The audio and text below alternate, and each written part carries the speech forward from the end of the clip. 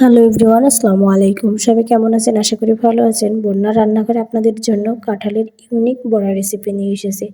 কাঁঠালগুলো আমি সামান্য পানিতে ব্লেন্ড করে নিয়েছি। এর মধ্যে পরিমাণ মতো লবণ এবং চিনির পরিমাণটা খুবই সামান্য লাগবে, যেহেতু এটা মিষ্টি কাঁঠাল। এর মধ্যে অ্যাড করে দিব চালের গুঁড়ো, অল্প অল্প করে মাখিয়ে নিব। এখানে এক্সট্রা কোনো পানি অ্যাড করব না। এই জন্য এই চাউলের আটাটা অল্প অল্প করে অ্যাড করব, যতটুকু পরিমাণ লাগবে। একবারে বেশি অ্যাড করবেন না। খুব ভালো করে মিশিয়ে নিতে হবে। নতুন বন্ধু যারা আমার ভিডিওটি দেখছেন, আমার চ্যানেলটি সাবস্ক্রাইব করে পাশে থাকবেন এবং বেল বাটনটি অন করে রাখবেন। দেখুন ঘনত্বটা এমন করে রাখতে হবে। একটা পাত্রে তেল গরম করে নিয়েছি, নিয়ে এর মধ্যে দিয়ে দিব। আপনারা আপনাদের পছন্দ অনুযায়ী ছোট বড় করে বড়া শেপ দিয়ে নিতে পারেন।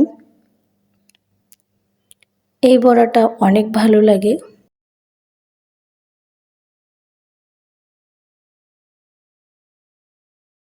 আপনি যদি বানিয়ে কারোর সামনে খেতে দেন, কেউ বুঝতেই পারবে না, না বললে যে এটা কাঁঠালের বড়া খাচ্ছে। অনেক টেস্টি হয়। আর এভাবে করে বানালে তো কোনো কথাই নেই। আমার মেয়ে অনেক পছন্দ করেছে, এই জন্য আপনাদের সঙ্গেও শেয়ার করছি। দেখুন কত সুন্দর করে উঠে যাচ্ছে, একটার সঙ্গে একটা লেগে যাচ্ছে না। আপনারা আপনাদের পছন্দ অনুযায়ী লালচে করেও ভেজে নিতে পারেন বা একটু সাদা সাদা করেও রাখতে পারেন। আমি আজকে আপনাদের দুই রকম করে দেখাবো ভেজে।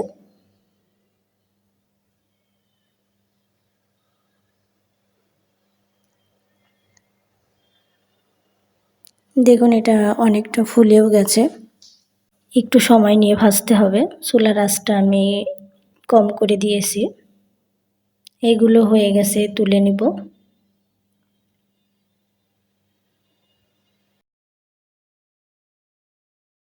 কাঁঠাল তো সবসময় পাওয়া যায় না। সিজনাল ফল দিয়ে যদি বিভিন্ন রকমের করে খাবার তৈরি করে নেওয়া যায়, সবারই অনেক ভালো লাগে। তো এখানে আমি একটু লম্বা করে দিয়ে নিচ্ছি, তালের বড়ার মতো। দেখতে অনেক ভালো লাগবে। আর যেটা দেখতে ভালো লাগে সেটা খেতেও অনেক আগ্রহ হয়।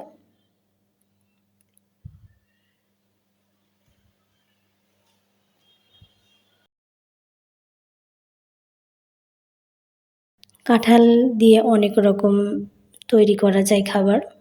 এর মধ্যে বড়াটাই অনেক ভালো লাগে। আপনাদের ভালো লাগলে অবশ্যই আপনারা বাসায় একবার এটা বানিয়ে দেখবেন। আর মিষ্টি কাঁঠাল হলে এখানে চিনি বা গুড়ের পরিমাণ একদমই কম লাগবে। খুব সহজেই তৈরি করে নিতে পারবেন। আর এই বড়াটা বাচ্চাদের জন্য অনেক ভালো লাগবে, যেহেতু এখানে এক্সট্রা কোনো মিষ্টি বেশি অ্যাড করা হচ্ছে না। আর ছোটো বাচ্চারা তো কাঁঠাল খেতে গেলে অনেক সময় আঁশটা গলায় বেঁধে যায়। তো আপনারা যদি এভাবে করে বড়া তৈরি করে দেন, তাহলে তারা খুব সুন্দর করে খেতে পারবে।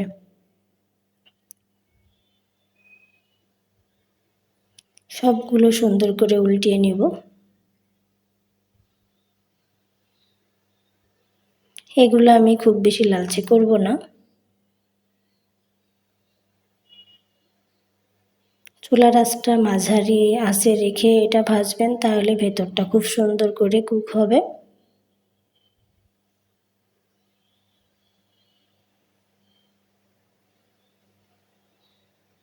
হয়ে গেছে, এগুলো তুলে নিব। দেখুন কত সুন্দর দেখাচ্ছে।